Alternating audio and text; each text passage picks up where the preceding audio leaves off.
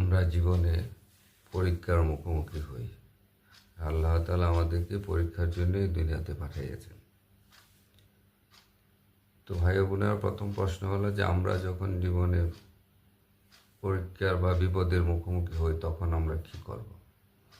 তখন আমাদের যখন বুক ভেঙে যায়, মনের মধ্যে হতাশা তৈরি হয়, তখন আমরা কি পড়ব সেটা নিয়ে আমরা বা কি করব বা কি পড়ব সেটা নিয়ে আমরা বেশ দুশ্চিন্তায় পড়ে যাই। তো হযরত মুহাম্মদ সাল্লাল্লাহু আলাইহি সাল্লাম আমাদেরকে বলেছেন যে এখন বিপদে পড়লে করতে হবে ইন্না লিল্লাহি ওয়া ইন্না ইলাইহি রাজিউন। তার অর্থ হলো যে আমি আল্লাহর এবং আল্লাহর কাছে আমরা ফিরে যাব। তো এটা আমাদের অনেকের মধ্যে ধারণা আছে যে আমরা এটা আসলে কবরের মারা যাওয়ার পরে পড়ি। আসলে বিষয়টা সেরকম না। বিষয়টা হলো যে কোনো ধরনের বিপদ আপদে আমরা এই দোয়াটা পড়ব। ইনশাআল্লাহ আমাদের প্রতি আল্লাহর রহমত নেমে আসবে। তারপরে পড়তে পারেন আপনারা লা ইলাহা ইল্লা আনতা সুবহানাকা ইন্নী কুনতু মিনাজ জালিমিন।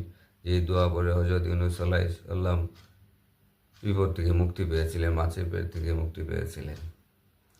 তো বিপদে পড়লে হতাশ না হয়ে আমরা এইসব দোয়াগুলো পড়ে দেখবেন আল্লাহ রহমত আমাদের কাছে আসবে ইনশাআল্লাহ।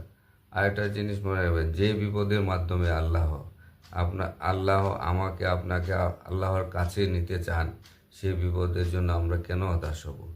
ইনশাআল্লাহ আল্লাহর রহমতের উপর ভরসা রাখি। আর আমরা বিপদে পড়লে প্রথমেই পড়ি ইন্না লিল্লাহি ওয়া ইন্না ইলাইহি রাজিউন।